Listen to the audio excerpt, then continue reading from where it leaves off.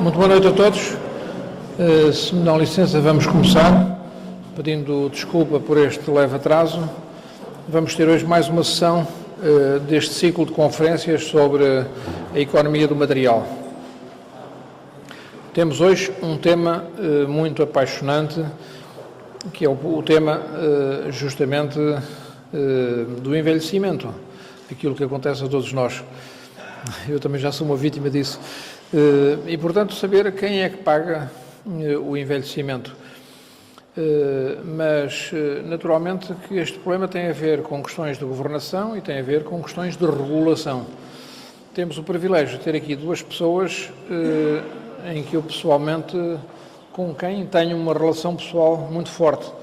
E permito-me de salientar, trazer isso ao vosso conhecimento. O professor Fernando Ribeiro Mendes. Tivemos o privilégio de trabalhar em conjunto quando eu passei em funções governativas no Ministério da Economia, que ele foi secretário de Estado do Comércio.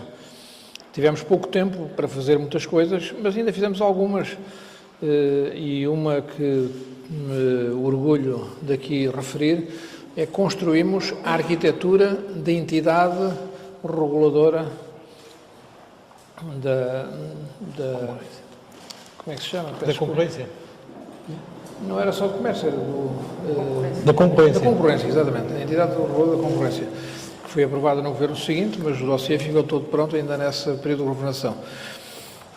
O professor Ribeiro Mendes hoje é presidente da Fundação Inatel, portanto também esteve ligado antes à Segurança Social como secretário de Estado do governo, dois governos anteriores.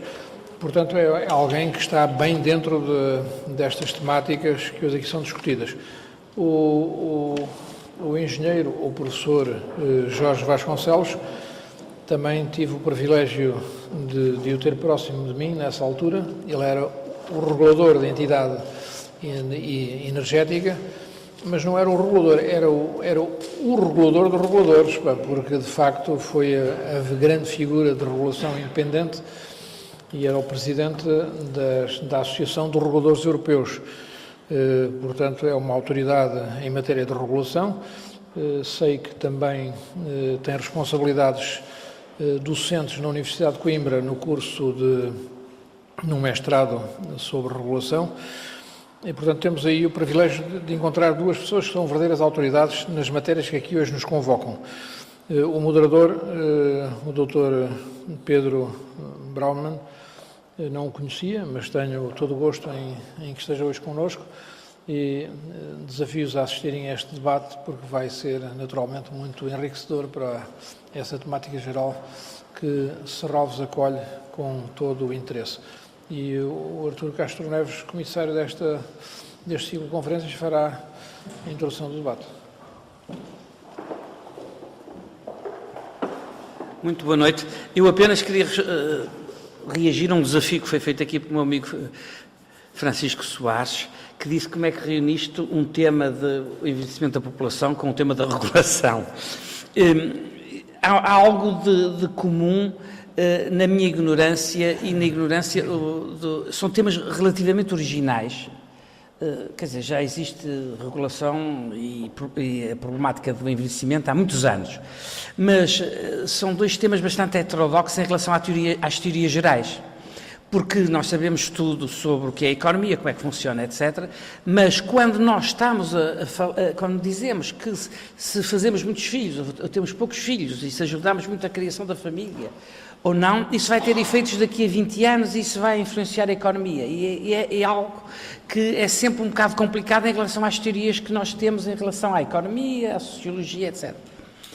E nesse sentido, eu neste momento, uma das discussões muito importantes e o próprio sucesso da economia o funcionamento do regime chinês é interessante, é que o problema do envelhecimento cria uma problemática sobre o diálogo intergeracional e sobre o relacionamento intertemporal das sociedades. E isso é algo que me seduz, isso sim também me seduz muito, saber como é que nós podemos pensar hoje o que vamos fazer, o que é que vai acontecer amanhã. E, portanto, acho que a ideia que nós estamos a trabalhar hoje, e se estamos a poupar e a atacar a família e não estamos a desenvolver um crescimento da população que possa assegurar daqui a 10 ou 20 anos alguma estabilidade financeira e orçamental da economia, eu acho que estamos a pôr em causa a própria sustentabilidade das nossas responsabilidades futuras. E é um tema, foi uma das razões porque eu achei que este tema era um tema interessante para hoje. No que respeita à regulação, em Portugal é uma relativa novidade. Eu fui um defensor muito da regulação há mais de 10 ou 15 anos, mas é realmente também uma atividade que não quadra. Nós temos uma ideia dos regimes político-institucionais entre poder legislativo, poder parlamentar e poder executivo, e depois aparece um quarto poder independente, soberano, que é o poder regulador. O regulador, o que é que faz?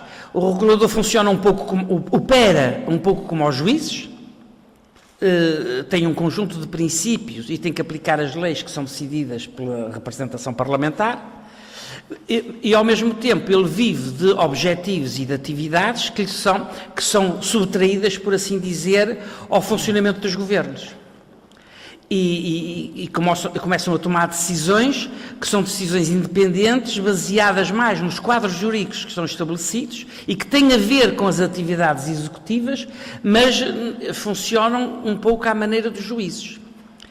E só para dar um pequeno exemplo que é um exemplo que a mim eu gostei muito de assistir, quando foi a criação deste último governo, e foram apresentadas as primeiras medidas e a lista das privatizações, um empresário português, Pires de Lima, quando foi questionado por jornalistas a dizer o que é que ele pensava do plano de privatizações apresentado pelo Governo, ele fez um comentário que eu achei muito interessante, disse assim: acho que é um plano demasiado ambicioso para a cultura de regulação que temos em Portugal. Foi algo que ele disse assim nesse momento.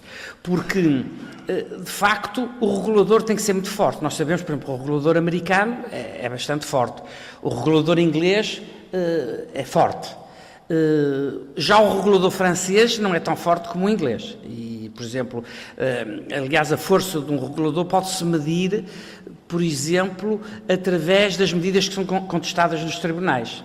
E, por exemplo, o regulador francês tem muitas medidas, por exemplo, na área que eu conheço melhor, que é as telecomunicações, tem muitas medidas contestadas nos tribunais, mas ganhou várias vezes nos tribunais. Um dia o regulador das telecomunicações em Portugal, que aliás que vem cá para a semana, disse-me que nenhuma das decisões do regulador das telecomunicações no que respeita a multas e punições não deixou de ser contestada nos tribunais e nenhuma foi aplicada até então. Portanto, o problema da regulação é um pouco no regulador que existe e que se situa hoje a independência nacional em certos sentidos. Aliás, em relação, por exemplo, ao caso da energia, que era um desafio, uma pergunta que eu fazia ao Jorge Vasconcelos, que foi regulador da energia, é o seguinte: neste momento nós privatizamos a nossa rede elétrica, foi comprada por uma empresa ligada ao governo chinês e Quase 10 anos? Não, 10 anos? 12. Não, 12 não. Saímos em 2002. 11. Bom, seja como for, aritmética à parte, foi de facto um momento, enfim, com muitos aspectos gratificantes, também com algumas tristezas, porque havia um ambiente um bocadinho de fim de festa. Estávamos no fim da governação do engenheiro Guterres, como os presentes se recordarão, e já era um clima já um pouco complexo. Mas, enfim, talvez comparado com o clima que vivemos hoje, era algo de muito agradável e muito mais risonho do que os dias que estamos hoje a viver.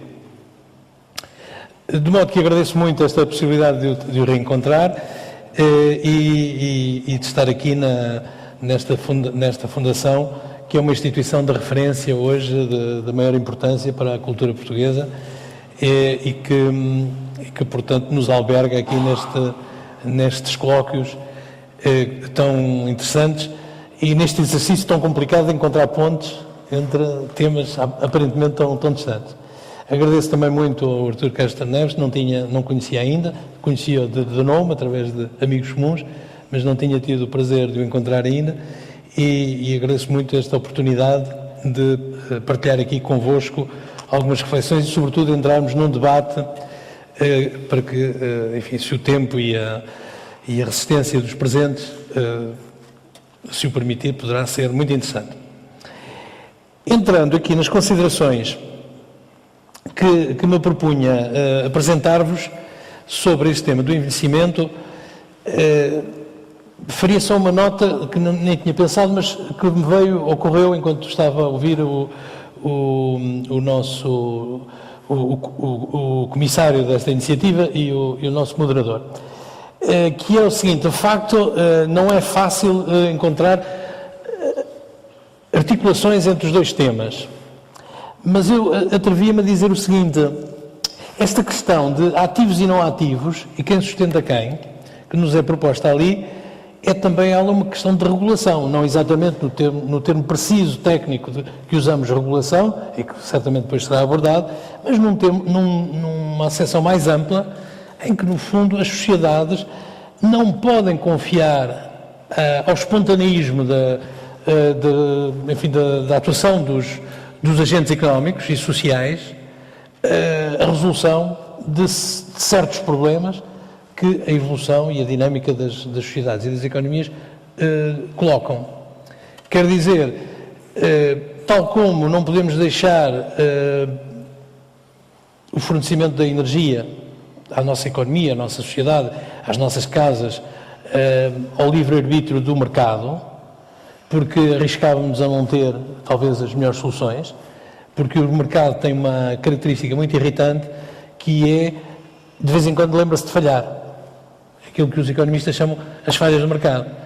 E é uma coisa terrível, não é? Porque estava tudo a correr tão bem e ele falha. Quando menos esperava, falha.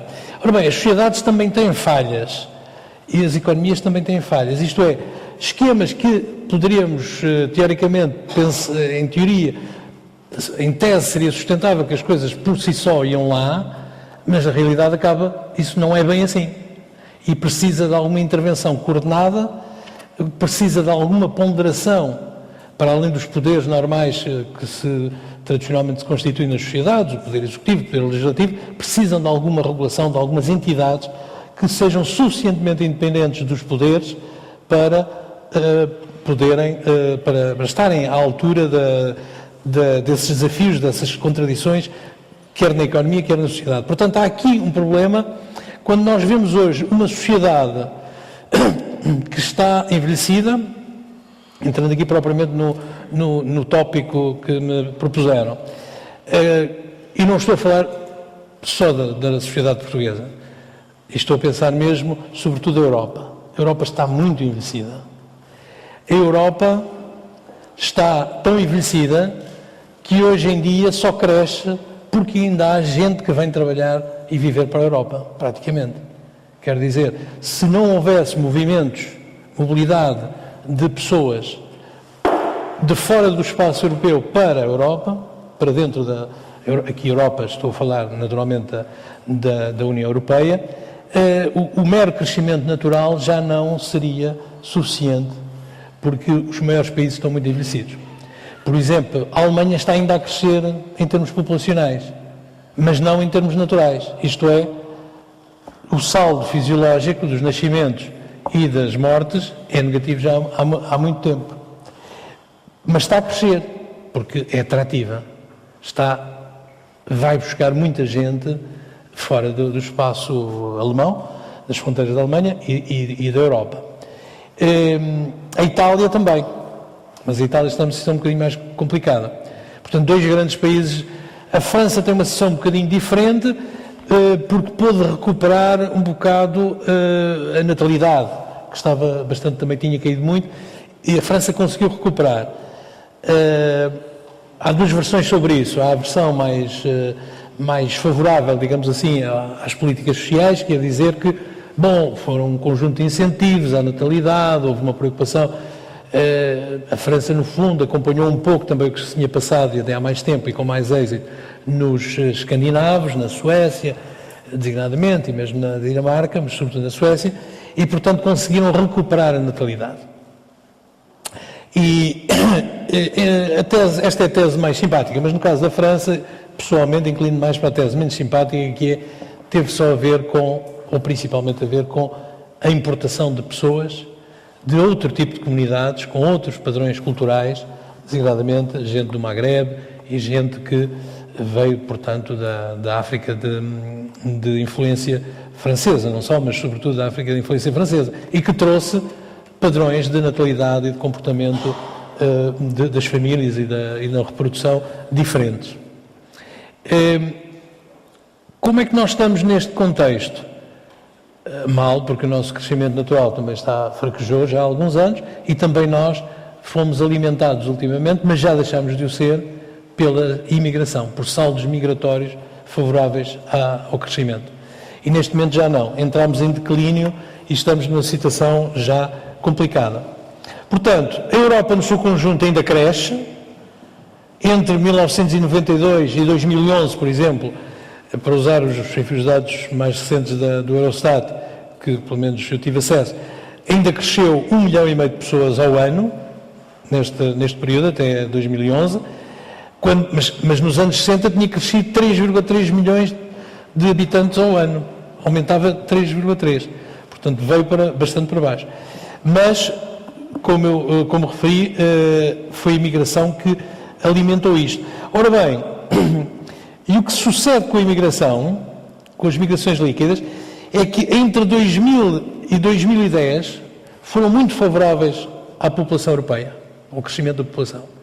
Mas esse período é um período de ascensão e de estabilização e queda rápida. Portanto, este decénio já está encerrado aparentemente. E a Europa está em perda. Isto eu acho que é talvez o aspecto de enquadramento mais importante a ter em conta. E não há, uma vez mais aqui, é preciso regulação. Quer dizer, é preciso algum esforço de algum tipo de regulação. Não é bem a regulação dos reguladores no sentido mais restrito, mas é preciso algum esforço de regulação para ver se as coisas se invertem, ou então estamos condenados a uma decadência civilizacional. Provavelmente estamos. Quer dizer, se calhar entramos já há alguns anos num ciclo, numa fase de ciclo duradoura, de longa duração, da qual não se sabe se sairemos, ou pelo menos já não será para as nossas vidas, mesmo para os mais novos que estão aqui hoje. Pode haver, julgo que é esse risco. Portanto, esse é o primeiro aspecto que vale a pena ter presente. Um segundo aspecto desta situação, quando ganha uma dimensão como aquela que tem atualmente, a regulação, boa ou má, vai viciar, entre aspas, ou vai corrigir este funcionamento quase automático do sistema de proteção social que está implantado. Ou seja, baixa a proteção. A cobertura é menor, as taxas de substituição dos salários são mais baixas, etc. Aquilo que estamos a viver hoje em dia. Bom, este é o quadro e, de facto, não se sabe bem qual é o peso ótimo destas três funções. Haverá muita especulação sobre isso. O que é facto é que nós estamos ao nível, pelo menos em 2011 ou 2012, estávamos ao nível da média europeia em termos de investimento social. As tais despesas sociais que supostamente arrastam reprodutividade e criação de valor a médio prazo. E porque se dirigem para os setores jovens, crianças e jovens. E estávamos a esse nível dos 7% do produto, um bocadinho abaixo da Europa, que tinha 7,7% nestas contas. Bom, este é o quadro que existe, de facto, muita reflexão e algumas intervenções de tipo regulador, para pôr a sociedade, e não apenas a economia, a funcionarem de uma forma que satisfaça as necessidades e que não crie problemas mais adiante. E estamos a viver isso, é claro, neste contexto de economia sob tutela portanto, de perda acentuadíssima de soberania que decorre do programa de assistência financeira, bom, neste quadro é um bocadinho mais complicado de discutirmos isto, ou pelo menos de conseguirmos traduzir em termos práticos, porque há sempre uma troika que acabará por intervir e condicionar fortemente esta situação. Ora bem, apesar de tudo e neste quadro, como é que nós estamos? Claro, temos uma taxa de dependência de idosos das mais elevadas na Europa, isso é sabido, temos 29, quase 30%, em números redondos, 30% da nossa população está acima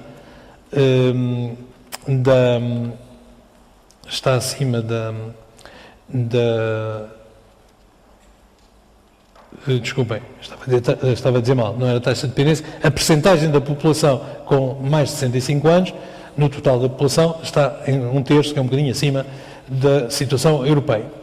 Isto tem aqui grandes problemas, a queda da natalidade foi dramática e tudo isto sucedeu ou está a culminar, é um processo que culmina quando as condições de vida da maioria dos portugueses estão já muito marcadas pela mudança de estruturas familiares e de vizinhança. Todo esse sistema antigo que se foi desfazendo ao longo das últimas décadas.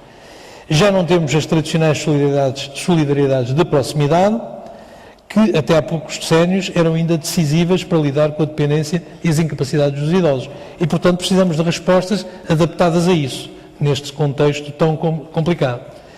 Muitas crianças e jovens sofrem exposição precoce a consideráveis riscos sociais, associados à marginalidade e à toxicodependência, sem que as famílias lhes possam valer, porque são elas próprias famílias desestruturadas ou de tal forma diversificadas que têm muito pouca capacidade de resposta a estes problemas. Ao mesmo tempo, pessoas com necessidades especiais, em consequência de deficiência e doença crónica, que sobretudo atinge os idosos, e começa a ter grande importância, por exemplo, a certo tipo de doença crónica, como sejam as demências, associadas à longevidade, e tudo isso coloca muitos idosos com autonomia reduzida e que estão sob uma ameaça de solidão terrível. E tudo isto nós conhecemos. Ainda não há muito tempo, ou nos últimos 2 anos talvez, de vez em quando descobre-se aqueles casos do idoso que desapareceu de circulação e ninguém mais soube dele, e um dia vão lá, o último parece foi por causa do IMI, não é? Tinha que pagar IMI e estava morto alguém que estava já morto há muitos anos, não é? Há 10 anos, exatamente. Portanto, isto são situações absolutamente dramáticas, não é? E de uma violência terrível que se estão a passar, não digo que sejam a regra, mas são sintomáticas de uma evolução muito complicada. E, portanto, tudo isto ocorre quando o nosso desenvolvimento se revela mais problemático, o crescimento económico está ameaçado, a sua sustentabilidade está ameaçada, e as transferências de rendimento que o Estado vinha realizando ao longo de décadas e que aliviaram a pobreza de muitos, têm tido impactos de longo prazo que não são tão virtuosos quanto esses alívios imediatos, porque retiraram recursos atuais ao investimento económico e social, engrossaram a dívida que as gerações mais novas terão de liquidar, o que ameaça a sustentabilidade das finanças públicas e da economia nacional. Interesses próprios dos novos e dos mais velhos estão em rota de colisão e uma fratura entre as gerações está a ameaçar a nossa coesão social. Podem dizer, este tipo está a ser catastrofista, mas eu acho que há sinais muito claros de uma grande fratura entre as gerações, como nunca houve nos anos mais recentes. É questão que de vez em quando falávamos, aqui há 5, 6, 10 anos, mas neste momento está a ser. E mesmo até certas expressões que responsáveis da nossa vida pública utilizam, consciente ou inconscientemente agravam essa fratura.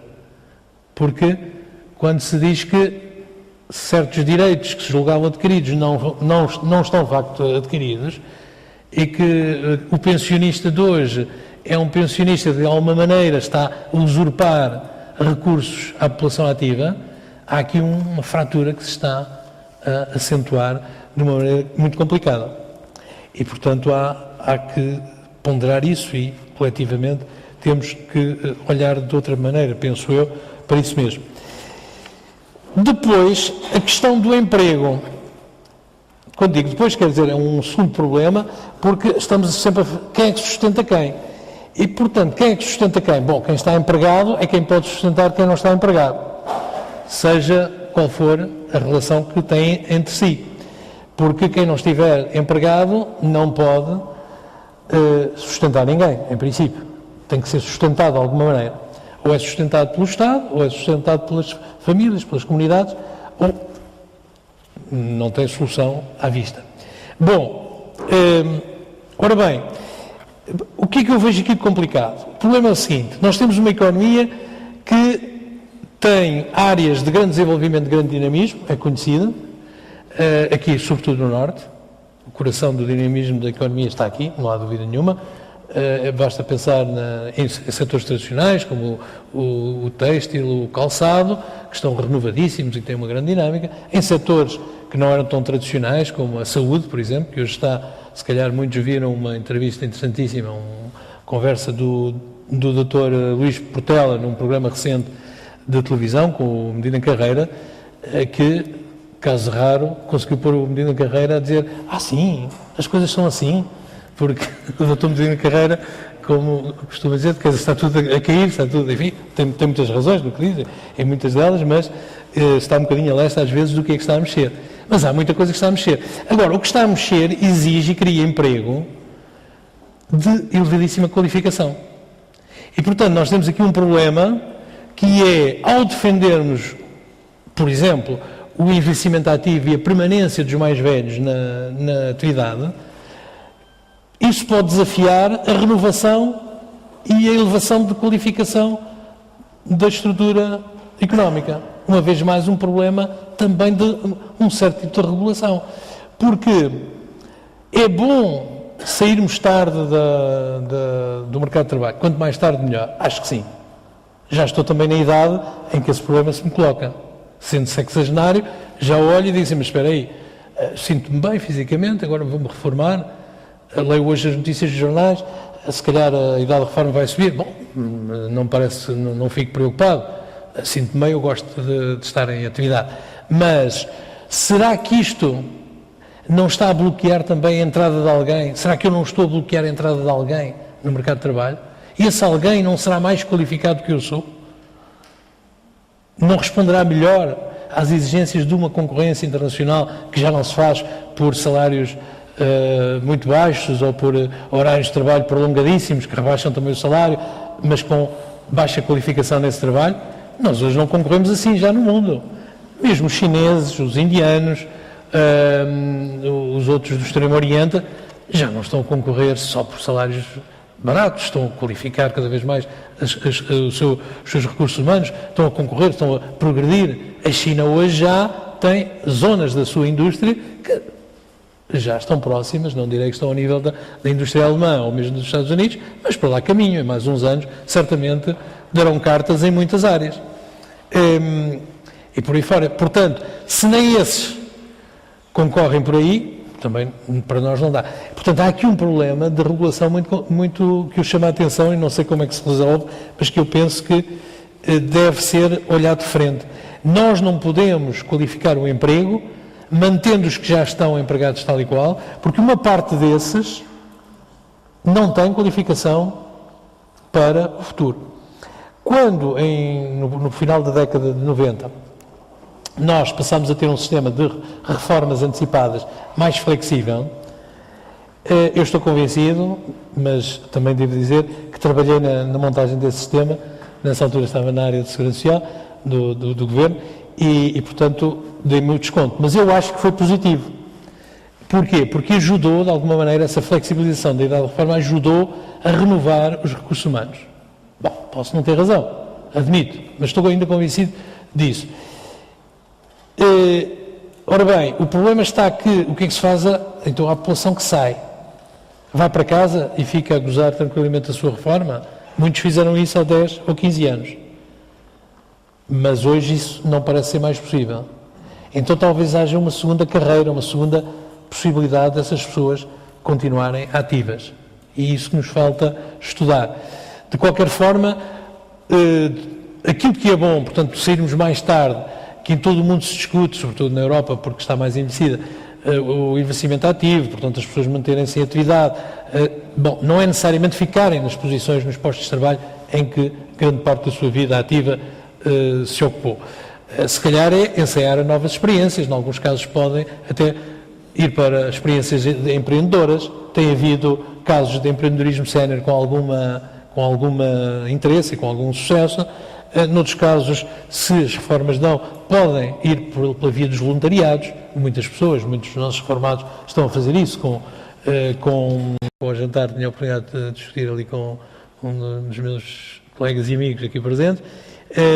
Isto realmente significa que os que têm menores rendimentos e que têm menor esperança de vida aos 65 anos, indiscutivelmente, pelas condições de vida do passado, pela experiência de vida que tiveram, enfim, por essas razões sociológicas, mais ou menos evidentes, estão no fundo a subsidiar, porque recebem durante 4 ou 5 anos o que os outros recebem durante 25. E, portanto, há aqui uma transferência dos mais pobres para os mais ricos, que não tem uma justificação ética sólida. Portanto, há aí novas medidas, iremos ver o que o futuro próximo nos reserva. Penso que no final da próxima semana haverá já mais informação, se bem percebi o que hoje foi anunciado. Mas, de qualquer forma, remataria aqui as minhas considerações sobre o seguinte: precisamos de regulação social e política também nesta matéria, mas gostaria muito de transmitir-vos uma convicção positiva de que as coisas vão correr pelo melhor e que, apesar das dificuldades, vamos montar e saber encontrar as soluções de regulação. Mas eu não estou convencido disso. Penso que caminhamos, pelo contrário, para soluções de grande penalização dos mais velhos e que não serão, porventura, aquelas que conseguem um equilíbrio de interesses entre as gerações que preserve a coesão intergeracional. Oxalá eu esteja errado e, portanto, espero não vos estragar o fim de semana com este comentário final. Muito obrigado.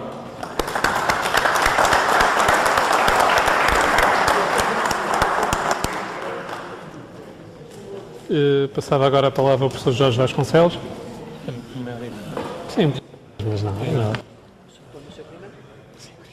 Este para usar ou não é preciso uso este? Vou-lhe pôr, caso falhou, temos sempre a ressalva. Muito boa noite. Antes de mais, quero agradecer à Fundação da Casa de Serralves, na pessoa do seu presidente, professor Luís Braga da Cruz, e também agradecer ao comissário deste ciclo de conferências, ao professor Artur Castro Neves, o convite amável para estar aqui convosco hoje. Sempre um prazer rever os amigos e voltar à minha cidade natal. Muito obrigado pelo convite. Agradeço também a vossa presença. Já percebi que não vou responder nesta apresentação a muitas das questões que provavelmente trouxeram para aqui, mas terei todo o gosto em o tentar fazer durante o período da discussão. Depois de uma apresentação tão competente e tão séria como a anterior, esta minha apresentação arrisca-se a parecer um exercício frívolo, e se calhar é mesmo. Eu peço-vos desculpa se isso acontecer, não era essa a minha intenção. A minha intenção, ao usar aqui alguma ironia e ao jogar aqui com imagens e associações e alusões, não era de forma nenhuma retirar importância ou seriedade ao tema, era pelo contrário tentar acrescentar mais uma camada possível de interpretação e de reflexão sobre um tema importante. Confesso-vos já agora também que hoje de manhã, quando vi esta apresentação que trouxe, fiquei muito assustado, porque percebi que tinha feito uma coisa velha. Eu explico-me. Os mais novos nesta sala, felizmente, não conheceram uma coisa terrível, que eram as sessões de diapositivos, que era uma coisa do tempo da fotografia analógica, em que alguém, com a melhor das intenções deste mundo, mostrava os seus diapositivos aos amigos. Eu sofri esse martírio várias vezes e também confesso que o infligi aos meus amigos algumas vezes. Porque aqueles diapositivos só interessavam mesmo ao autor, não é? Para o resto do mundo interessavam muito pouco ou mesmo nada. E isto que eu tenho aqui é uma espécie de sessão de diapositivos, peço-vos imensa desculpa. E embora seja verdade que há um fio condutor que liga estes 50 diapositivos, também é verdade que não veio mal nenhum ao mundo se cortarmos isto a metade, ou a 1/3, ou a 2/3. Portanto, pedia ao Pedro que me cortasse, exercesse plenamente os seus poderes de moderador e que me cortasse antes que isto descampo para a sessão de diapositivos. Muito bem, então, rapidamente, o tema que me pediram para tratar é este, governo e regulação, quem governa quem. Depois de uma introdução e antes de uma conclusão breve, vou tocar em 3 questões que são centrais neste tema, governo, mercado e regulação. Comecemos então pela introdução e comecemos pela questão básica deste ciclo, que é a questão do imaterial, não é? Porque antes de falarmos de governo e de regulação, convém esclarecer o que é isto do imaterial. E não tanto o que é o imaterial, mas onde está o imaterial neste nosso mundo em que vivemos. E há uma frase, enfim, conhecida do Berkeley, mas eu confesso-vos que não vou seguir aquele conselho que está ali. Portanto, de mim e desta apresentação, aquilo que podem esperar são mesmo muitas dúvidas, algumas hipóteses e, espero, algum divertimento e um grande campo para disputa depois no período da discussão. Como sabem, este senhor, o filósofo Berkeley, opunha-se à visão do Newton de conceitos de espaço, tempo e movimento absolutos. E dizia ele que o movimento, estou aqui a citar, o movimento nunca se apresenta aos nossos sentidos, independentemente da massa corpórea, do espaço e do tempo. Ou seja, ele antecipou Einstein, antecipou a física relativista pós-newtoniana, portanto é muito contemporâneo.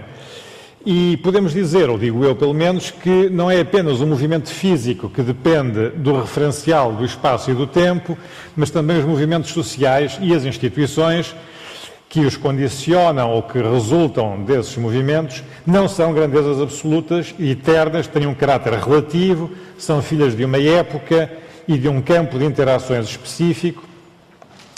E isto vale muito particularmente para a regulação, mas vale também, creio eu, para o Estado em geral. Muito bem, se é verdade que o imaterialismo nasceu entre aquelas 2 ilhas da Irlanda e da Grã-Bretanha, também não deixa de ser verdade que os franceses são provavelmente o povo que cultiva com mais prazer o imaterial, o que não significa de forma nenhuma que eles esqueçam ou desvalorizem os prazeres materiais, mas as 2 coisas são compatíveis. E vale a pena, portanto, percorrermos algumas ruas do pensamento francês para tentarmos perceber o que é isto do imaterial, ou o que é que pode ser. E depois de ter lido e observado algumas coisas, eu cheguei à conclusão de que, na realidade, o imaterial é uma coisa danosa, prejudicial, é qualquer coisa que prejudica de alguma forma o nosso bem-estar material. E, portanto, tem que ser cientificamente eliminado. Se alguém tiver necessidade, tem aqui um contacto, isto não é publicidade, mas podem contactar aquela empresa que elimina, portanto, alguns tipos de incómodo. E um outro francês, que era o Cyrano de Bergerac, dizia que não havia nada de mais prejudicial à saúde que a morte. Não é? Portanto, parece-me que é bastante verdadeiro também.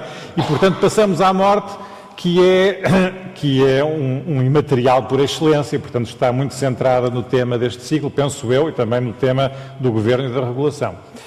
A morte tem uma dimensão económica muito interessante e que nos vai conduzir já muito rapidamente ao tema, como vão ver, da minha conversa, que é o tema da regulação.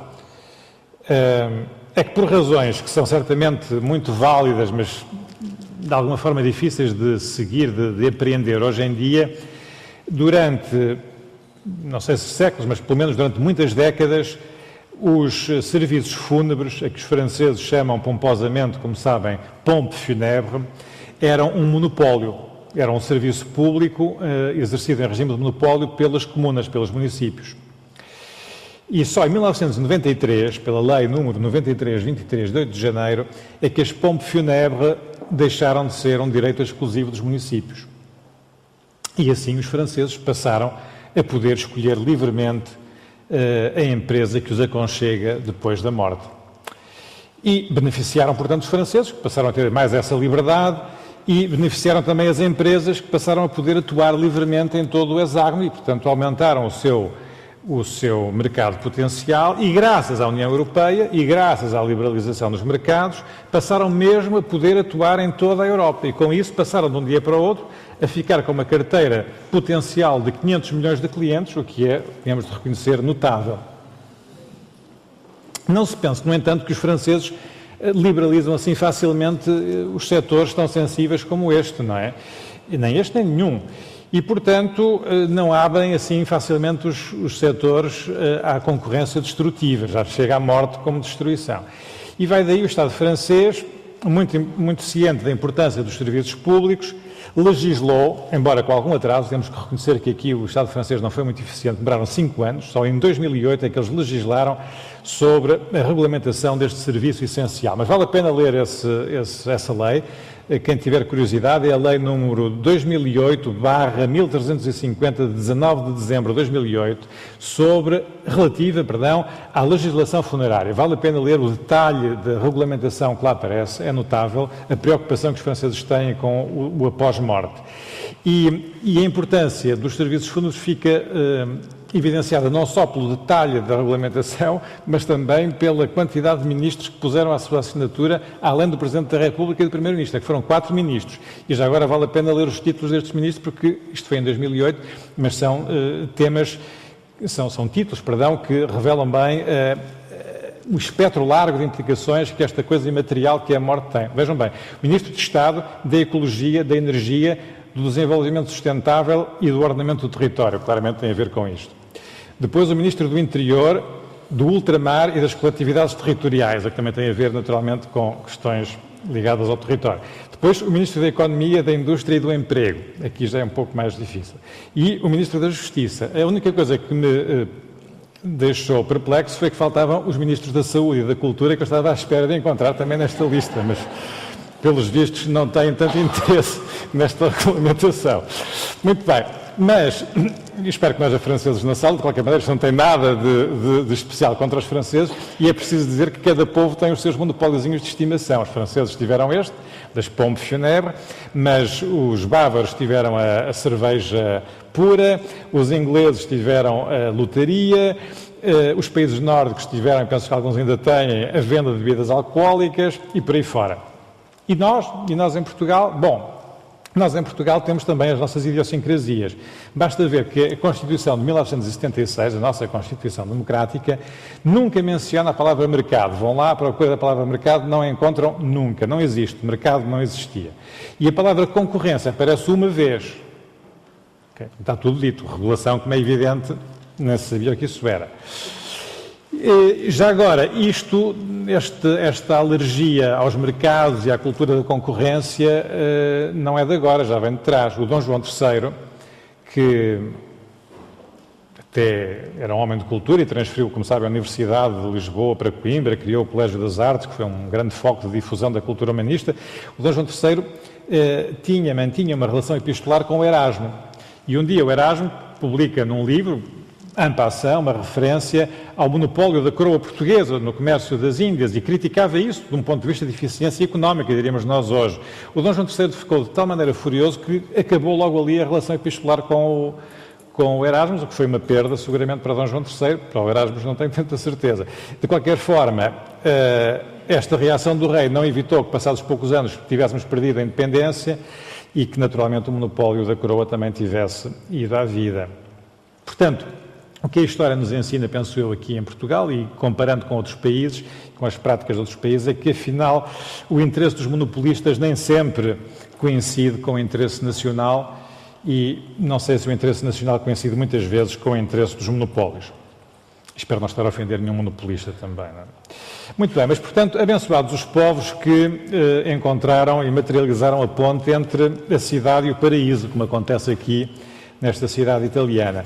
E a referência à Itália agora, nesta altura, não é casual, porque no século XX, seguindo uma tendência também de outros países, a problemática da administração autónoma chegou a Portugal, por via italiana. E, de facto, a expressão autarquias locais aparece pela primeira vez na Constituição de 1933 e depois no Código Administrativo de 1936. esta noção permanece até hoje. Temos esta noção na nossa Constituição, como sabem.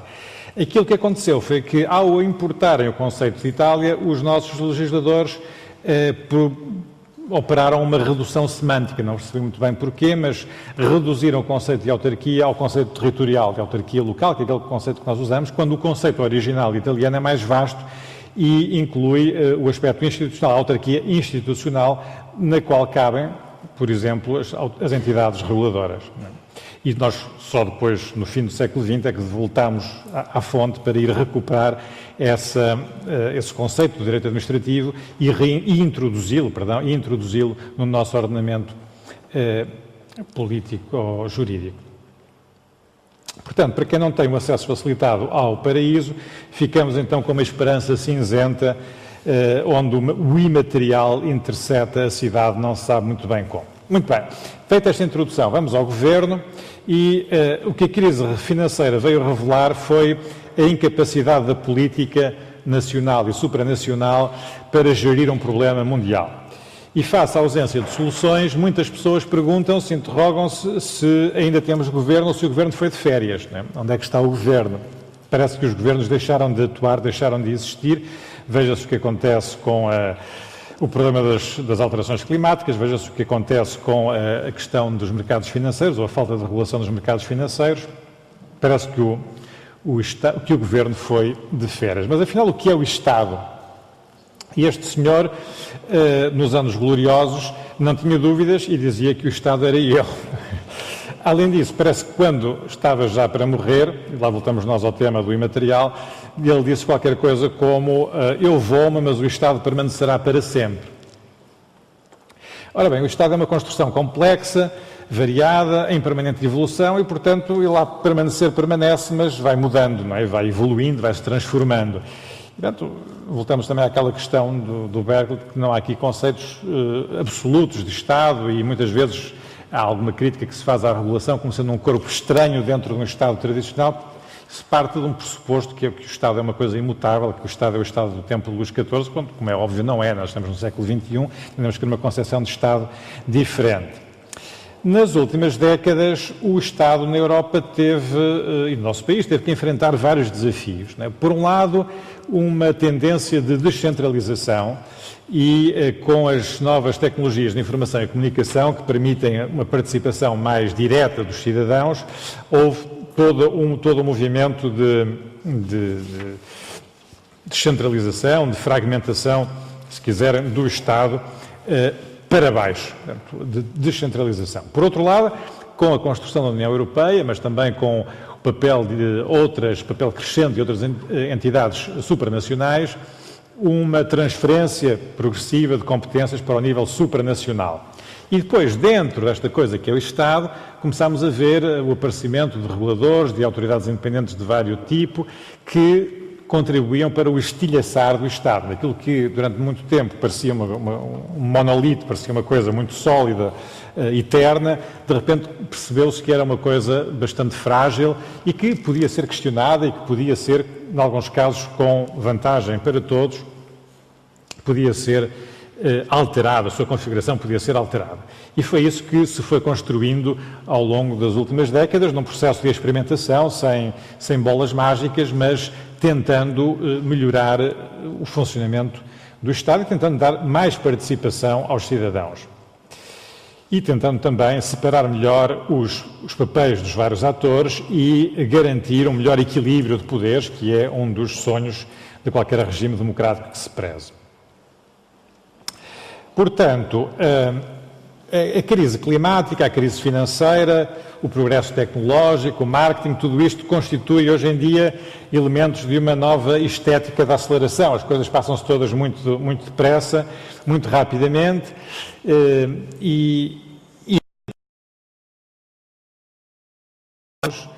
de aceleração e de encontrar respostas adequadas e a tempo remete, no melhor dos casos, para uma estética do abrandamento que vai de par com os movimentos tipo slow food, se quisermos, não é? E no pior dos casos, para uma preocupante desmaterialização da política e para uma igualmente preocupante ética da irresponsabilidade. As aparências iludem, importa estar precavidos contra ilusões. Num livro recente, o Lipovetsky diz que a desaceleração não constitui um contramodelo à sociedade da hipervelocidade, a desaceleração generalizada tem tão poucas chances de ver a luz do dia. E portanto, temos que nos questionar, de facto, sobre o papel da política e porque é que os governos andam tão ausentes. Penso que não preciso de comentar esta fotografia. É um idílio bucólico entre dois gatos coligados no jardim de São Bento. Muito bem. Já agora, só uma nota sobre governos, antes de passarmos depois aos mercados e à regulação, porque acho que vale a pena revisitarmos, ainda por cima estando nós aqui na Casa de Serralves, que é um lugar de arte, revisitarmos alguns lugares interessantes da arte do século XIV e também ligado ao Estado e ao governo dessa época. E muitos conhecerão certamente o Palazzo Público em Siena, onde há estas duas alegorias, a alegoria do bom governo de um lado e a alegoria do mau governo do outro lado. Não é? E a alegoria do bom governo, que é esta imagem que está aqui, o que é que nós temos? Temos aqui à esquerda, em cima, a Divina Sapiência, com asas, com um livro, na mão direita. Na mão esquerda tem uma balança, daquela figurinha pequenina lá em cima, à esquerda, né, tem uma balança, e que é administrada pela Justiça, que é aquela figura que se encontra embaixo da Divina Providência, que administra a Justiça, mas que não é ela que tem a balança, não é? Quem tem a balança é a Divina Providência, a Divina Sapiência. Mas a Justiça está sentada no trono e corporiza as virtudes cívicas, digamos assim. Nos pratos da balança temos dois anjos que gerem, um a justiça distributiva e o outro a justiça comutativa, seguindo a tradição aristotélica. O primeiro anjo, portanto, aquele da esquerda, está ali a decapitar um homem e a coroar outro, não é? Portanto, permeia, é um bocado como na regulação, dá os incentivos e as penalizações, faz essa função. O da direita, a entregar a dois mercadores os instrumentos de medida típicos do comércio da época. E, portanto, mais uma vez aqui temos de uma forma muito evidente uma questão de regulação económica, já aqui não tanto uma aplicação do conceito abstrato de justiça, mas a regulação económica. Dos anjos, destes dois anjos, dos tornozelos, partem uma corda, que depois partem duas cordas que se vão juntar cá em baixo na mão da Concórdia, que é a terceira figura na vertical da esquerda, e depois da Concórdia passa para este grupo de cidadãos que representam vários grupos sociais e várias profissões de Siena, são 24, e a corda, portanto, passa por todos eles e vai para esta figura grande que está aqui do lado direito, a preto e branco, que representa a comuna de Siena.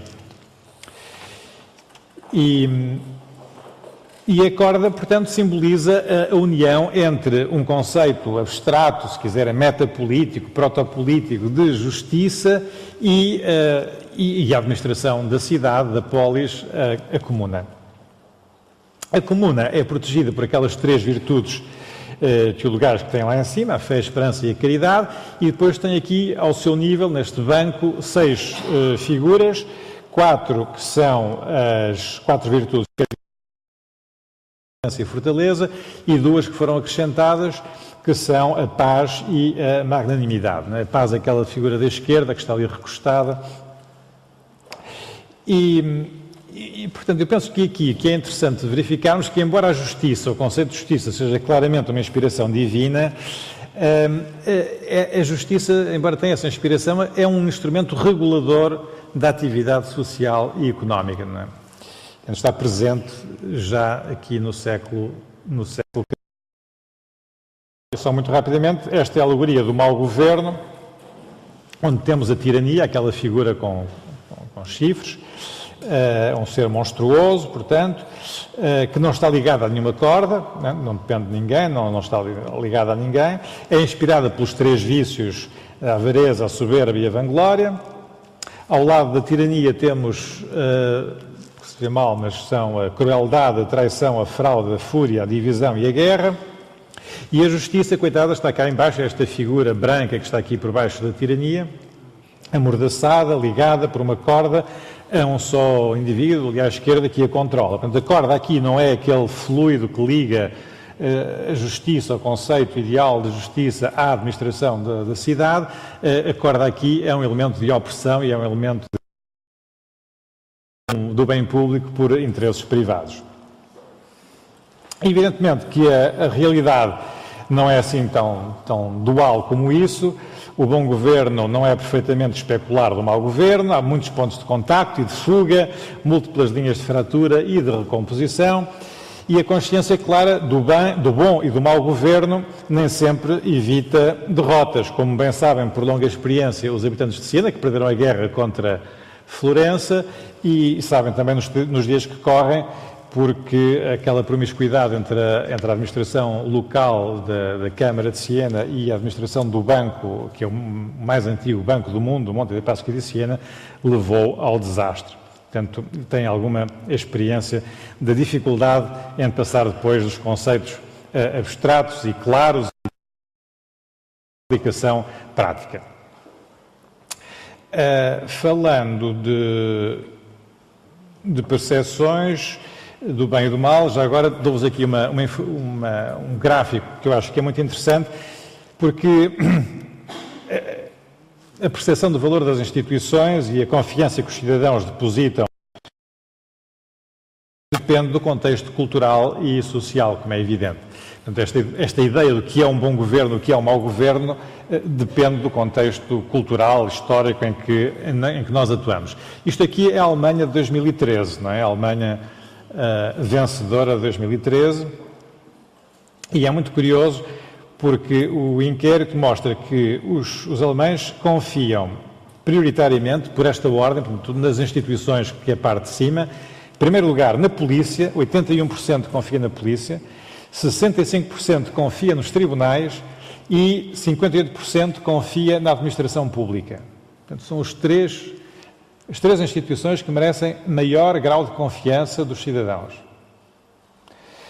Em baixo, no fundo da escala, com 16%, aparecem os partidos políticos e as grandes empresas com 25%. Curioso. Se formos à parte de baixo, que são os setores de atividade económica, vemos que os setores em que os alemães depositam maior confiança são, em primeiro lugar, os artesãos, 87%, em segundo lugar, os fabricantes de aparelhos eletrónicos e eletrodomésticos, 78%, em terceiro lugar, a indústria automóvel, 71%. Em último lugar, como seria de esperar, os bancos e os seguros. Tirando este último ponto, creio que nos outros os resultados do inquérito em Portugal seriam bastante diferentes. Muito bem. Reformar o Estado é hercúlea, né? Sobretudo quando há tantos estaleiros abertos e tanta ambição desmesurada de gigantismo. E se calhar era conveniente termos algum espírito crítico e alguma ironia quando somos confrontados com esses projetos de grandes reformas do Estado, hoje em dia, e não esquecermos aquilo que o Benvenuto Cellini disse, o comentário que ele fez quando viu esta estátua colocada na Piazza da Signoria, esta estátua que é de um escultor menor, mas muito ambicioso, o Baccio, e então o que ele disse foi: se lhe tiram os cabelos ao Hércules, não lhe fica cabeça suficiente para um cérebrozinho, né? Um cervellino, na expressão italiana. Né?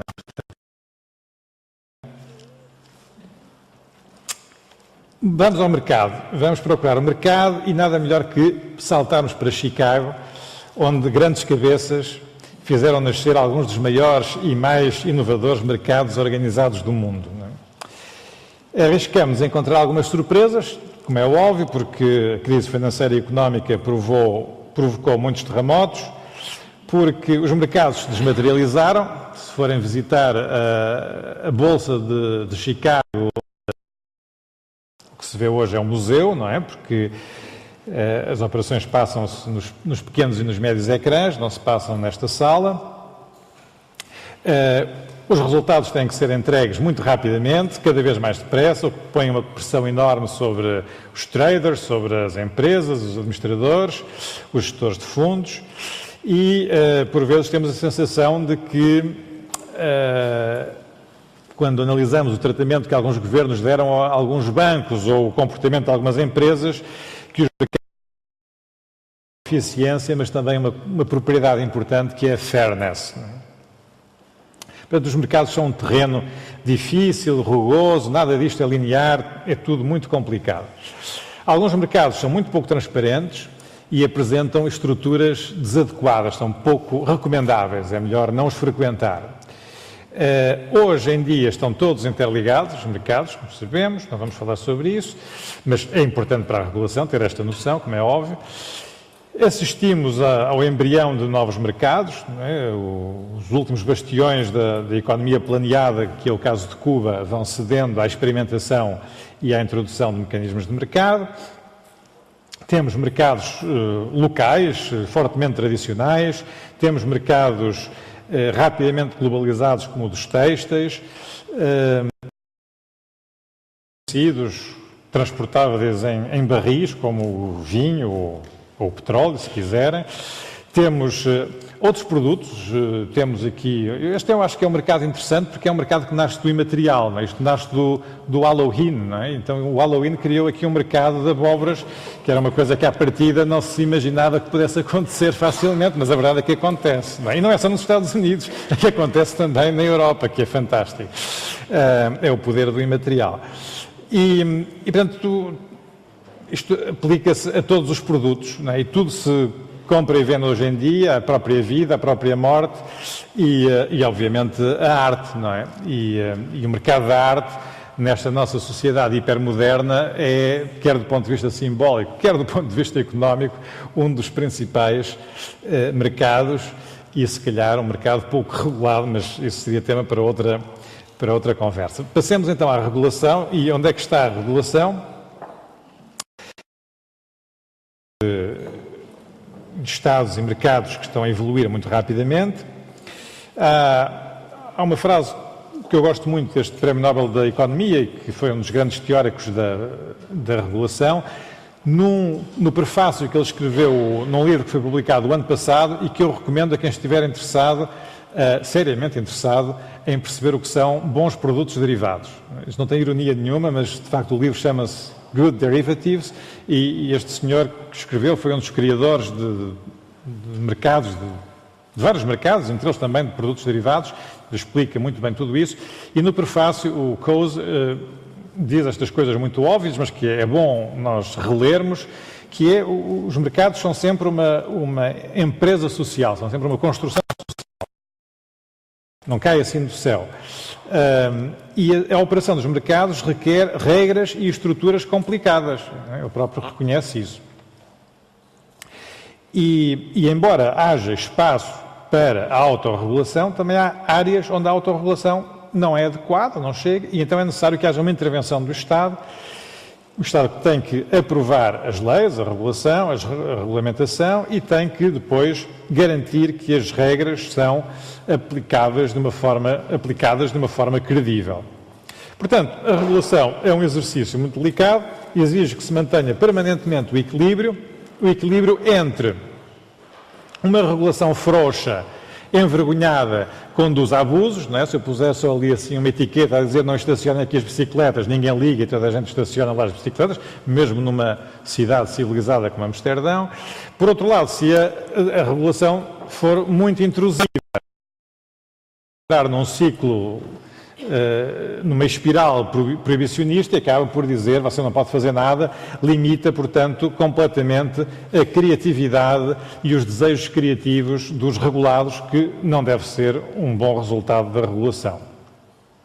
Portanto, é difícil percebermos se a medida da regulação está meia cheia ou meia vazia, não é fácil. Além da questão da eficiência, que era a questão de que estávamos aqui implicitamente a falar, funciona ou não funciona, se é melhor ou não do que outras formas de intervenção do Estado, esta questão da regulação independente. Há há outras questões. Uma que é a questão da legitimidade, portanto, sabermos de onde é que advém a legitimidade democrática de entidades reguladoras que não são eleitas e como é que se gera o equilíbrio dos poderes entre estas entidades, por um lado, entre entidades reguladoras setoriais e entidades reguladoras transversais, como uma autoridade da concorrência, por outro lado, o equilíbrio entre reguladores e governo ou parlamento, órgãos eleitos. Outra questão que já foi aqui é a questão da articulação entre a regulação a nível nacional e de um Estado e melhor dizendo, a nível de um Estado e a regulação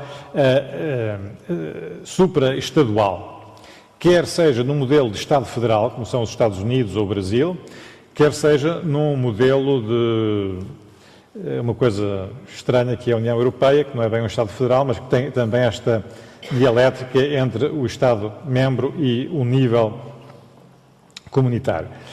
E o debate.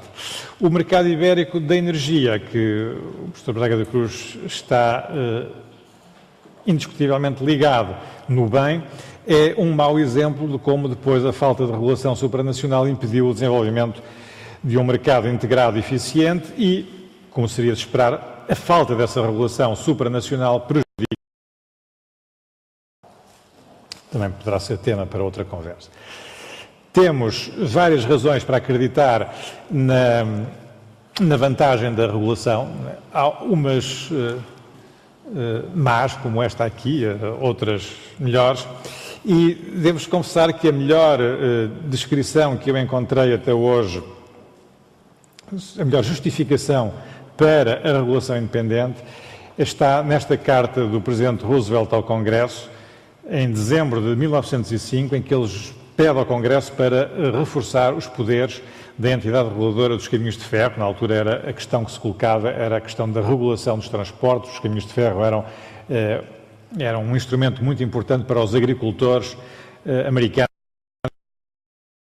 os agricultores do Midwest, poderem trazer para a costa os seus produtos e a partir daí exportá-los. E havia alguns problemas nesta indústria e daí a necessidade de introduzir uma regulação mais forte. E esta carta descreve com uma enorme elegância e clareza e simplicidade quais são os deveres da regulação, qual é a função da regulação num Estado democrático. Eu não sei se ele tinha um ghostwriter ou se era ele mesmo que escrevia as cartas, mas confesso que esta carta é de uma grandíssima elegância, de uma grandíssima substância, de presidentes ou primeiros ministros aos parlamentos com o mesmo tipo de genialidade. Portanto, aqui está, para mim, esta é a melhor descrição de porque é que precisamos de uma regulação independente, porque é que ela não se substitui ao governo, mas se deve articular para dialogar com as empresas ou as entidades reguladas e etc, etc. Além da regulação económica, que foi aquela que estive aqui a falar, há outras formas de regulação, por exemplo, a regulação ambiental. Esta fotografia tremenda, que alguns eventualmente conhecerão, representa a China por cima de Pequim este ano, com níveis de poluição de tal ordem que a população foi convidada ou mandada a ficar em casa porque era demasiado perigoso ter uma exposição direta a estes níveis de poluição. Entre regulação ambiental. A regulação em geral é mais vasta do que esta regulação setorial que estivemos aqui a falar. Esta é a definição da OCDE. Basicamente o que nós temos é regulação em sentido estrito, que correspondem a autoridades reguladoras, que são estas novas criaturas que apareceram no nosso ordenamento político constitucional nos últimos anos do século passado na Europa, mas que já existiam nos Estados Unidos há mais de um século, e a regulação em sentido lato, como intervenção dos governos ou da administração sobre a atividade, limitando a atividade económica, limitando, portanto, a liberdade dos agentes económicos. É importante também avaliarmos o impacto e avaliarmos, antes de introduzir a regulação, nova regulação, avaliarmos o seu potencial impacto. Estes estudos de análise de impacto de regulação têm vindo a ser feitos de forma crescente, pelo menos nos países OCDE, área onde temos necessidade de melhorar substancialmente. Isto não interessa. Agora, a regulação tem que ser exercida à luz do sol, tem que ser absolutamente aberta, transparente, não pode ser um jogo obscuro de sombras. Para concluir, queria dizer que não é fácil juntar governo e regulação numa mesma representação. Espero ter-vos feito ver alguns ângulos e pensar em alguns ângulos novos do problema. E eu próprio, ao preparar esta apresentação, descobri algumas coisas singulares e partilho uma dessas coisas que eu aprendi convosco. Eu não sou um praticante de jogos de computador, eu confesso que sou completamente incompetente nessa matéria, mas quando fui ao Google para meter as palavras imaterial e poder, power and immaterial, saiu-me de lá uma coisa que tenho que vos mostrar, que é isto, que é um jogo que aparentemente é um clássico com 9 anos, teve muito sucesso em 2004 e que se chama Immaterial and Missing Power. A descrição do plot positivo é naturalmente mérito do governo da altura, se há qualquer coisa que corre mal, naturalmente que é culpa do regulador. Portanto, há aqui uma ambiguidade que não é saudável e que deveria ser gradualmente removida. A fronteira entre o legislativo e a regulação é uma questão importante, porque estes conceitos não são absolutos, porque as coisas vão evoluindo e porque os próprios mercados também vão evoluindo. Reparem, o mercado da energia, que é aquele que eu conheço melhor,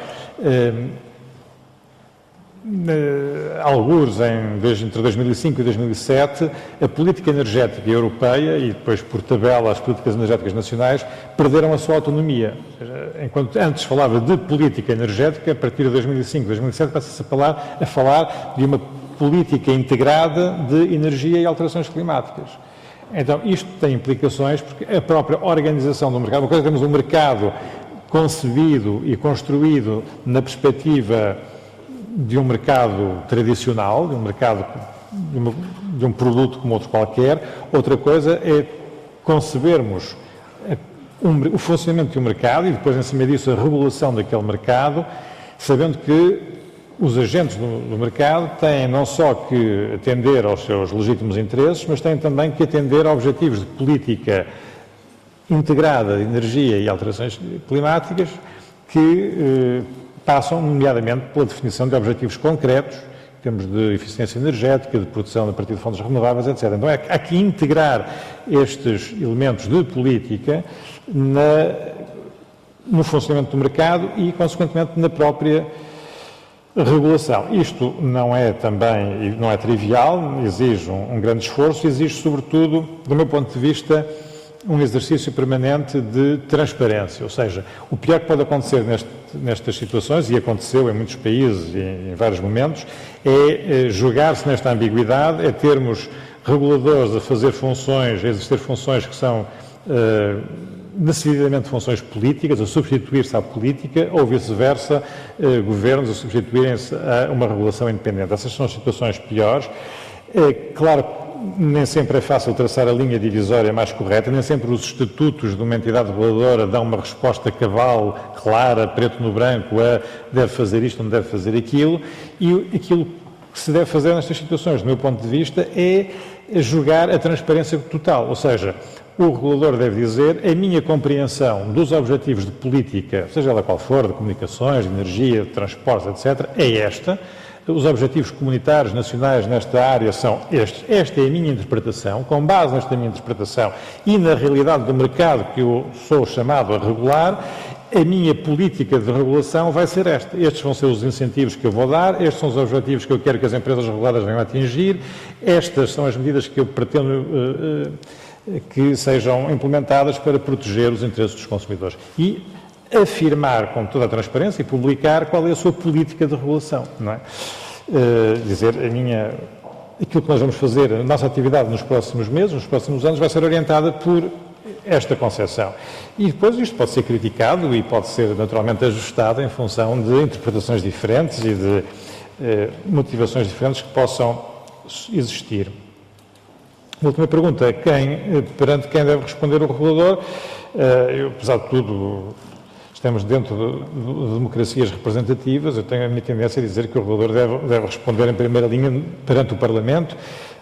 Há certamente problemas de, como se diz, de capacitação, muitas vezes, das comissões parlamentares encarregadas de acompanharem a atividade das entidades reguladoras, mas isso não nos deve, essa dificuldade prática, não nos deve, do meu ponto de vista, fazer afastar deste saudável princípio. Aquilo que é necessário é que os senhores deputados tenham assistentes, tenham meios, tenham condições que lhes permitam exercer cabalmente a sua função, a sua missão. Estas são questões complexas, estes mercados são mercados em grande evolução, requerem um grande conhecimento técnico e económico e, portanto, é necessário que haja recursos para que esta função de fiscalização possa ser exercida corretamente e não apenas de uma forma formal, passa o pleonasmo. Além do Parlamento, eu acho que a opinião pública tem, e a comunicação social tem aqui uma grande responsabilidade.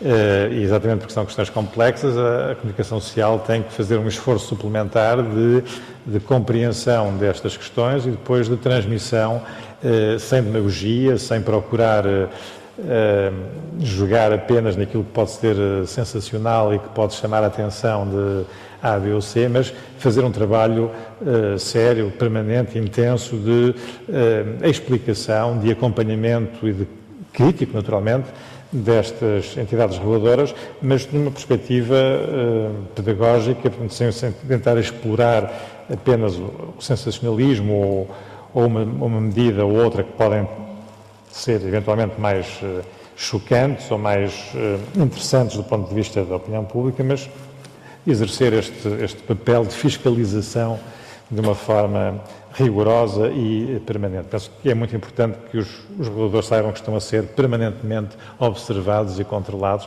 não só pelos órgãos competentes, mas também por uma opinião pública e por jornalistas devidamente preparados.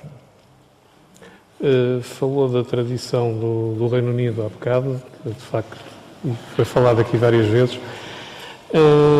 Uma das tradições do Reino Unido é exatamente a autoavaliação, por um lado, e também, ao mesmo tempo, inquéritos à população para saber como é que avaliam os mecanismos de regulação e o seu funcionamento específico. Essa tradição, infelizmente, não é muito habitual nos reguladores portugueses, ou pelo menos em muitos deles. Era uma das questões que eu deixava. Não sei se há mais perguntas. Íamos fechar agora a ronda com as últimas, se as houver.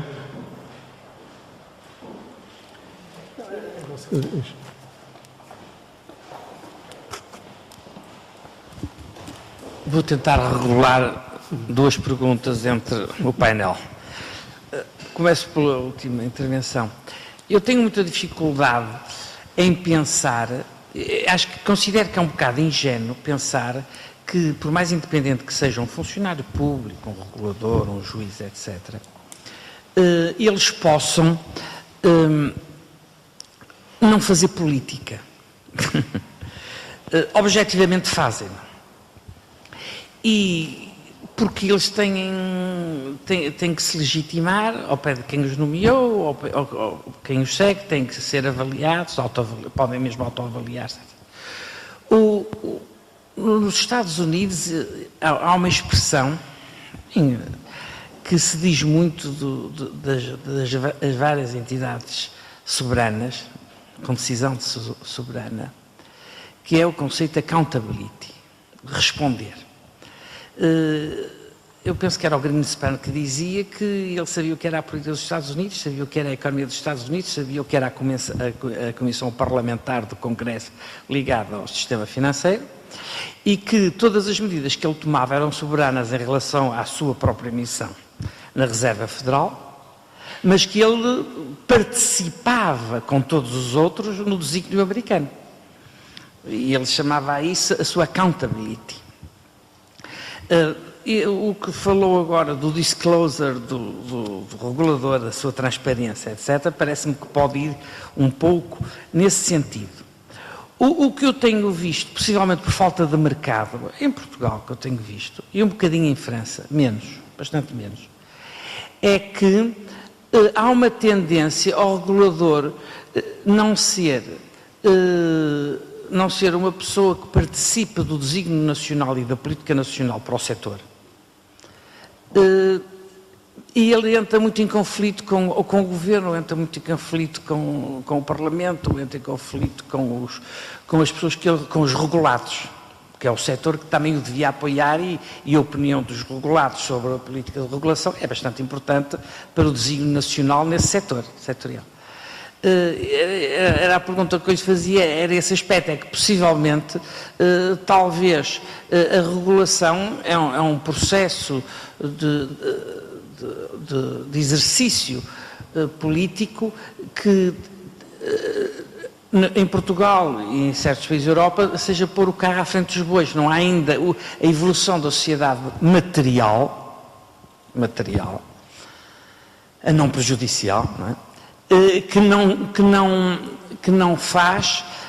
Que não permite que a regulação tenha as mesmas funções que estamos habituados a pensar que são as suas funções naturais nos outros sentidos. Era sobre esse que eu gostaria de perguntar.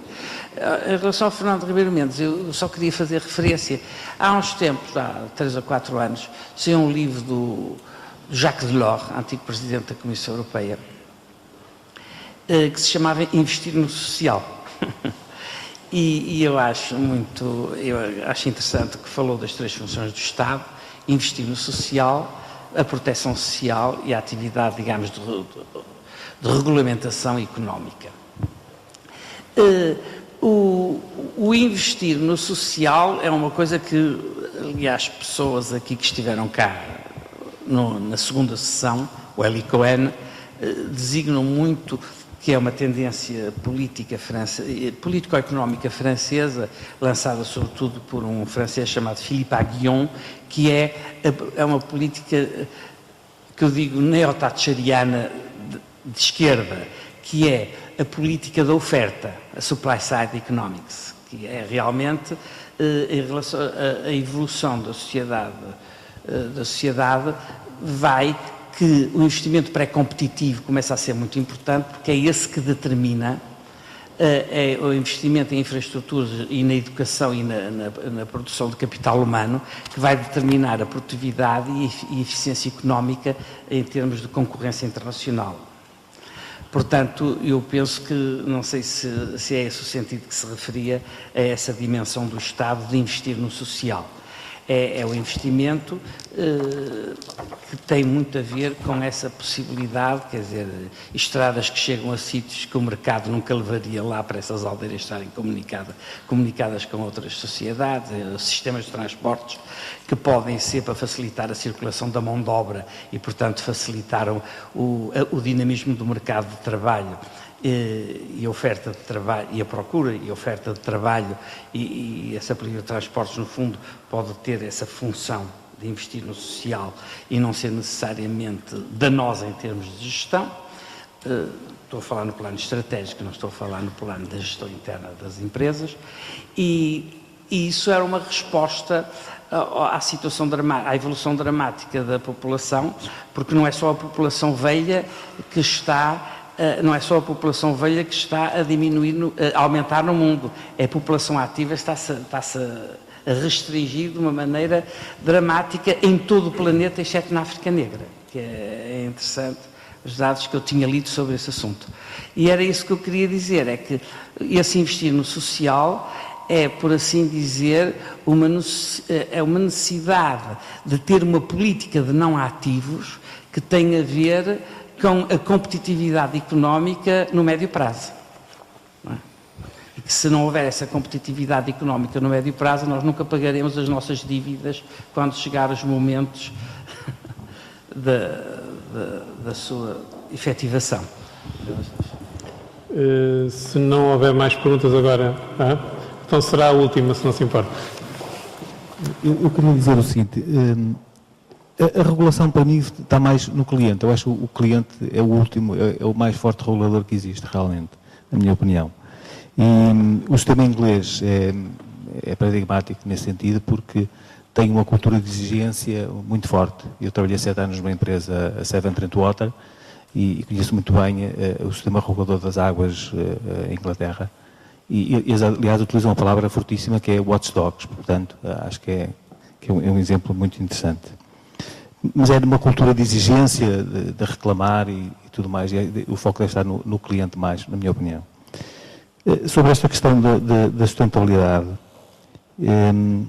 falta saber se a nova geração está disposta a pagar para os mais velhos, e isso é um problema gravíssimo. Há uma nova geração de pessoas que está a sair do país, nós temos o custo de as formar, e eles estão a ir para a Alemanha a trabalhar, e para a Noruega. Quer dizer que eu tenho um amigo meu na FNAC, aqui do Norte Shopping, e ele disse: olha, estou com a minha mulher e as minhas 2 filhas na Noruega, há 8 meses a viver. Portanto, temos o custo de formar as pessoas estão a sair, e não estamos no fundo, a Alemanha está a rejuvenescer, e a Noruega estão a levar os mais jovens e talentosos, e nós temos o custo de os formar e depois não lhes damos oportunidades cá.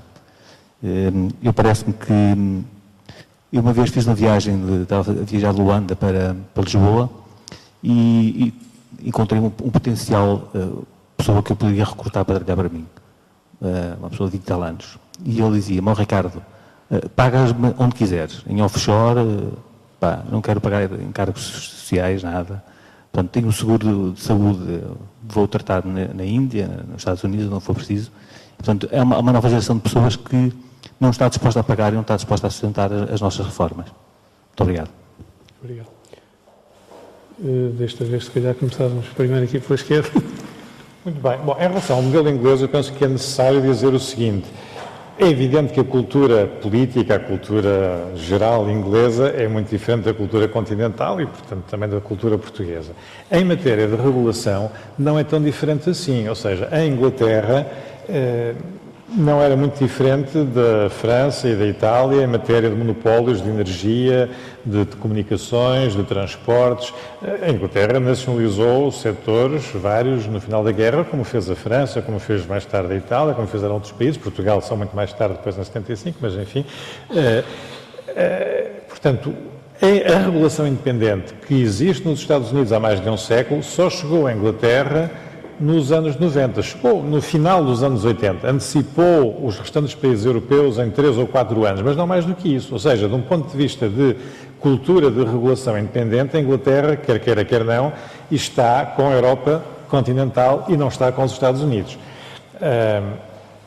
E, sejamos também realistas, a cultura inglesa tem muitas virtudes, tem naturalmente uma proximidade afetiva e eletiva com a cultura norte-americana, mas falhou redondamente em muitas áreas. Quer dizer, o setor dos transportes ferroviários é um desastre completo e a própria regulação teve aí, ou falta de regulação, teve aí um papel muito importante. De um ponto de vista conceptual, a regulação do setor elétrico inglês hoje em dia está num beco sem saída, está n'importe quoi, como diriam os franceses, é um disparate atrás do outro. Enfim, e poderíamos ir por outros setores, por exemplo, em matéria de resíduos urbanos, a Inglaterra, neste momento, penso que só recicla cerca de 40%, 50%, entre 40% a 50% dos resíduos urbanos, quando países como a Alemanha e a Holanda já estão praticamente nos 100%. Portanto, o modelo inglês não é também, não deve ser idealizado demasiado, porque, infelizmente, não corresponde propriamente à perfeição. É um país que tem, naturalmente, muitas virtudes, que tem um sistema legal diferente, o que já só por si faz com que a forma de atuar da regulação seja diferente, as relações interinstitucionais sejam diferentes. Sem dúvida que foi uma fonte de inspiração para muita da regulação que se fez na Europa continental, mas não temos necessidade de ter complexos de inferioridade em relação à regulação que é praticada no Reino Unido em nenhum setor. A questão dos conflitos e da independência dos reguladores e da gestão dos conflitos. Eu acho que os conflitos no sistema democrático são perfeitamente normais, ou seja, nós temos que partir do princípio que no regime democrático vamos viver em conflito permanente, porque é essa a essência do equilíbrio dos poderes.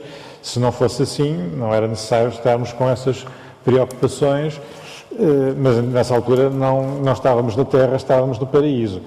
E não há nada de mal no conflito, quer dizer, acho que é normal, é saudável, é útil que haja pontos de vista diferentes e que haja uma dialética pública permanente, porque é isso que faz evoluir, é isso que permite a inovação, é isso que permite a melhoria, o aperfeiçoamento gradual das instituições, dos mercados, da sociedade. Portanto, eu acho que temos que ter uma visão positiva dos conflitos. As entidades reguladoras são uns animais novos que apareceram neste jardim zoológico da administração pública. É evidente que na fase inicial há aqui alguns problemas de relacionamento, como acontece em qualquer grupo animal, humano ou não, e, portanto, isso é normal. Não acho que seja chocante, não acho que seja qualquer coisa que ponha em risco ou a independência, só por si, ou a independência da regulação, ou a bondade da regulação, ou a legitimidade da regulação, ou a eficiência do sistema político no seu todo.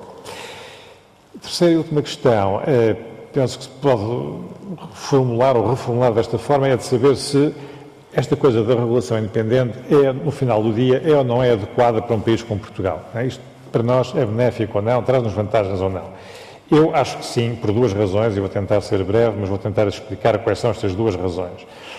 A primeira é que a regulação independente pode ser um elemento importante de modernização do nosso país.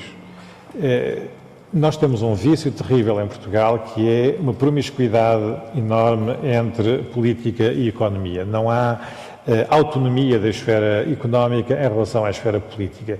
E as responsabilidades são repartidas, não é aqui há captura, às vezes não se sabe bem de quem, às vezes é A que captura B, às vezes é B que captura A, mas não é só a vontade de captura, é também muitas vezes a vontade de ser capturada. Há mecanismos psicológicos e sociais que são complexos e económicos também, naturalmente.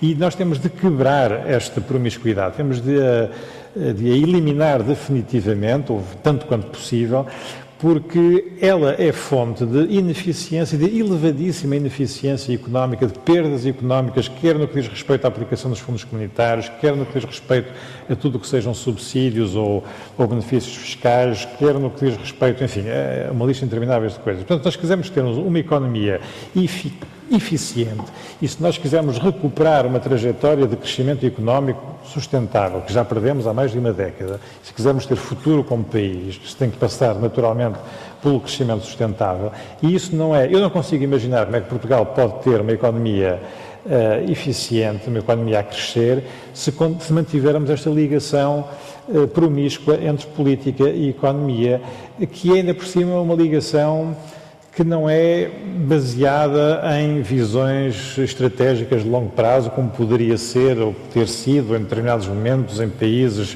imperialistas como os Estados Unidos ou a União Soviética. Não, é uma promiscuidade baseada em interesses comezinhos de curto prazo, que tem muito pouco a ver com aquilo que poderia ser uma visão estratégica do que quer que seja. Portanto, temos todo o interesse, nós, cidadãos portugueses, em quebrar este círculo vicioso, e uma das formas de fazermos isso é introduzirmos entre os dois entidades reguladoras independentes que vão separar claramente as águas. Esta é a esfera da política, aquela é a esfera da economia, e aqui no meio há umas entidades que são parte do Estado, não estão fora, nem acima, nem abaixo do Estado, são parte do Estado, articulam-se de uma forma transparente com as outras instituições do Estado e têm um papel específico, cada uma delas, no controle, na supervisão, na regulação de um setor de atividade económica. E eu penso que se isto for feito de uma forma sistemática, dará seguramente um contributo muito importante para o crescimento económico em Portugal. A segunda razão, que me parece que é também pertinente, é esta. O modo de fazer política na Europa, e Portugal está na União Europeia, a União Europeia existe ainda, mesmo que haja transformações preocupantes hoje em dia, se quiserem posso também dar só uma nota sobre isso, mas estamos na União Europeia e a União Europeia tem um modo de fazer política, de policy making, muito particular, que é diferente daquele que era o modo habitual de fazer política em Portugal. E estamos a falar de regulação. Esta questão da regulação independente aparece nos Estados-membros por via de Bruxelas, por diretivas europeias. E porquê é que aparecem estas diretivas europeias a valorizar ou a revalorizar a função reguladora do Estado? Se quiserem, por uma razão também tem a ver com o interesse do Sr. Jacques Delors. É que ele percebeu, e muito bem, que a Comissão Europeia e a União Europeia, na altura as comunidades europeias, não tinham possibilidade de exercer as outras funções típicas de um Estado, nomeadamente a função macroeconómica nem a função redistributiva, porque não tinha meios para isso. Não tinha um orçamento digno desse nome, não tinha capacidade financeira para poder exercer essas funções típicas de um Estado. E, portanto, ficava-lhe a terceira função típica de um Estado moderno, que é a função de regulação, que não exige muito dinheiro para poder ser exercida, mas que tem um poder muito importante. E ele descobriu isso, valorizou essa dimensão de regulação a nível europeu e esse modo de fazer política a nível europeu, que foi através de uma valorização da função de regulação, depois propagou-se às administrações nacionais. E o que nós vimos foi todos os Estados-membros seguirem um pouco este processo e todos os Estados-membros alterarem o seu processo de fazer política. Ora bom, isto é bom ou é mau para um país pequeno, médio como Portugal? Claro que depende, não é? Depende. À partida, eu penso que é positivo. Porquê? Porque no jogo político, quando se vai para as reuniões no Parlamento Europeu ou no Conselho, onde se vota, os nossos votos contam muito pouco, não é? Porque somos um país pequeno, temos poucos votos. Quando se discute à volta de uma mesa em órgãos de regulação, não se contam votos. O que conta é a qualidade dos argumentos. Discutem-se razões técnicas dentro de um determinado quadro político, mas razões técnicas. Há um raciocínio económico, técnico-económico, e é isso que está em causa. As regras do jogo são diferentes. Então é mais fácil para um país pequeno ou médio, desde que, e esta é uma condição importante, desde que tenha órgãos, entidades reguladoras devidamente capacitadas, com capacidade técnica, recursos humanos qualificados para poderem entrar nesse jogo e estar ao jogo com os colegas de outros países, é mais fácil, neste contexto, num fórum deste tipo, Portugal defender os seus interesses do que quando estamos numa pura relação de forças e vence o mais forte porque tem mais votos. Claro que a política continua-se a fazer destas várias formas, não é nenhuma ou só a outra, são as duas.